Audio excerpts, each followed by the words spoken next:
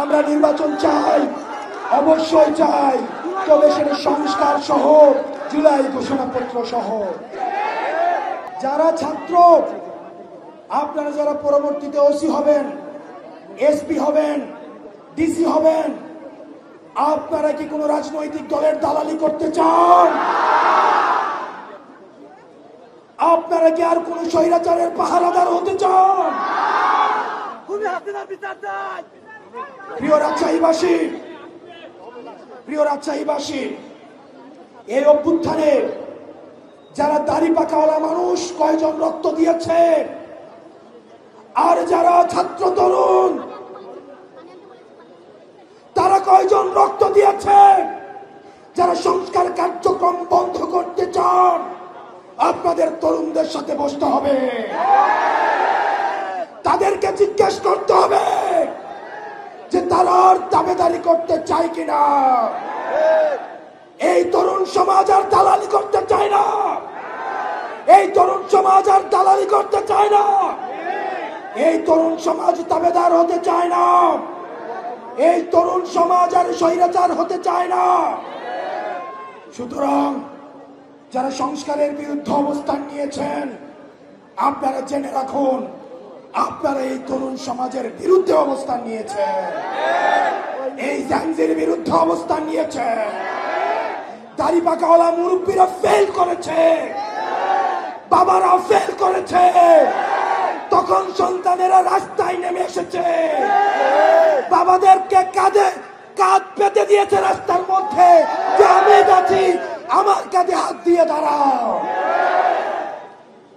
Jail থেকে বের হয়ে এসে কেঁদে কেঁদে বলে, আমার মাসুম বাচ্চারা,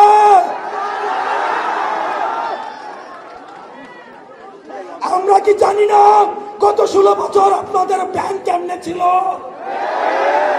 আপনাদের ব্যবসা কেমনে ছিল? আমরা সব জানি। কারে ভয় দেখান, আরে কারে ভয় দেখান? আমাদের হারানোর কিছুই নাই, আমাদের ব্যাংক নাই, আমাদের লুটপাটের ব্যাংক নাই যেটা আমরা হারাবো। আমাদের শুধু আছে ভালোবাসা মানুষের, আমরা সেটার জন্য রাস্তায় এসে আবার আমরা জীবন দিব।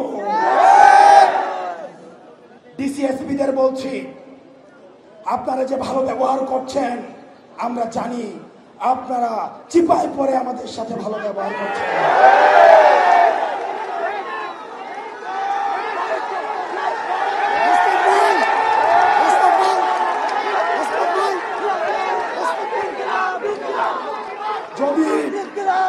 যদি হাসিনার পতন না হতো, যদি হাসিনার পতন না হতো, তখন এই ডিসিএসপিরাই গণভবনে প্রমোশনের জন্য লাইন ধরত। আমরা সাংবাদিকদেরকে দেখছি, আমরা সাংবাদিকদের উপরে নজর রাখছি। এই সাংবাদিকরাই জুলাই অভ্যুত্থানে আমাদেরকে সন্ত্রাসী আখ্যা দেওয়ার জন্য হাসিনার পক্ষ থেকে পুরস্কার পেত। প্রিয় রাজশাহীবাসী, বাংলার আকাশে দুর্যোগের ঘনঘটা দেখা দিচ্ছে, আপনাদেরকে সতর্ক থাকতে হবে। আমরা বেঁচে থাকতে আর বাসা থেকে কাউকে উঠিয়ে নিয়ে গুম হতে দেওয়া যাবে না। কোন মায়ের বুক আর খালি হবে না, কোন ইলিয়াস আর হারিয়ে যাবে না, কোন দেশপ্রেমিক সাংবাদিক বিদেশে থাকতে হবে না। প্রিয় রাজশাহীবাসী, আপনারা দেখেছেন, আমি দুইটা বিষয়ে কথা বলবো। সর্বশেষ, যারা প্রশাসনে আছেন, আপনারা যদি ভেবে থাকেন আপনারা ক্ষমতাপন্থী হবেন, আপনারা ভুল করছেন। ক্ষমতা ক্ষমতা আপনারা ভুলে যাবেন না যারা 16 বছরের ডিসিএসপিদের কি পরিণতি হয়েছে, আপনারা ভুলে যাবেন না। এই দিন না, আরো দিন আছে। আমরা আপনাদেরকে বলবো না আপনার এনসিপি পন্থী হন, আওয়ামী লীগ পন্থী হওয়া, রাজনীতিপন্থী হওয়ার কি পরিণতি আপনারা দেখেছেন। সীমান্ত পাড়ি দিয়ে ভারতে পালিয়ে যাওয়ার সুযোগ হয়েছে, ক্যান্টনমেন্টে পালিয়ে যাওয়ার সুযোগ হয়েছে এই ডিসিএসপিদের। আর বাংলাদেশে যদি কেউ স্বৈরাচারের পক্ষে অবস্থান নেয়, যদি কেউ মিডনাইট ইলেকশনে সহযোগিতা করে, এই বাংলাদেশে আর কোথাও, এই পুরো বাংলাদেশে তার আর জায়গা হবে না। সাংবাদিকদেরকে বলবো, বসুন্ধরার সাংবাদিকরা,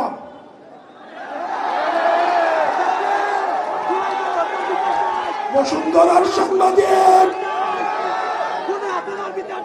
খুনি হাসিনার পক্ষে এই বসুন্ধরার মিডিয়া কি বৈধতা উৎপাদন করেছে আমরা ভুলে যাই না। এই বসুন্ধরা গ্রুপের সাংবাদিকরা আবার নগ্ন হয়ে অপরাধের বৈধতা উৎপাদনের জন্য আবার নেমে পেরেছে, আবার আরেকটা একাগারো ঘটাতে তারা ষড়যন্ত্র করছে। রাষ্ট্রের এজেন্সিরা যারা রয়েছেন, বাংলাদেশের যারা গোয়েন্দা সংস্থা আছেন, তারা জানে না বিদেশে বাংলাদেশের বিরুদ্ধে কি ষড়যন্ত্র হয়। তারা জানে না বাংলাদেশের সার্বভৌমত্ব ঝুঁকিতে ফেলার জন্য কি ষড়যন্ত্র হয়। তারা যেটা করে, তারা ক্যান্টনমেন্টে বসে বসে রাজনৈতিক দল খুলে, তারা এই দলের বিরুদ্ধে আরেকটা দলকে লাগিয়ে দেয়, তারা এক নেতার বিরুদ্ধে আরেক নেতাকে লাগিয়ে দেয়। আপনারা বাংলাদেশের গোয়েন্দা সংস্থা, আমরা আপনাদেরকেও দেখছি। আপনারা এখানে যারা রয়েছেন, সংস্কার না হওয়া পর্যন্ত আমরা ক্ষমতার জন্য আন্দোলন করি নাই। এই প্রজন্ম ব্যাট হাতে যে ছেলেটা এসছে, সন্তানকে নিয়ে যে মাটা এখানে এসছে, যেই ছেলেটা প্রাইভেট থেকে খাতা কলম নিয়ে স্লোগানে এসছে, তারা ক্ষমতার জন্য রাজপথে নামে না। সুতরাং সংস্কার ছাড়া, বিচার ছাড়া যদি পথ পরিবর্তনের কোন চেষ্টা করা হয়, আমাদের বুকের উপর দিয়ে গুলি চালিয়ে যেতে হবে।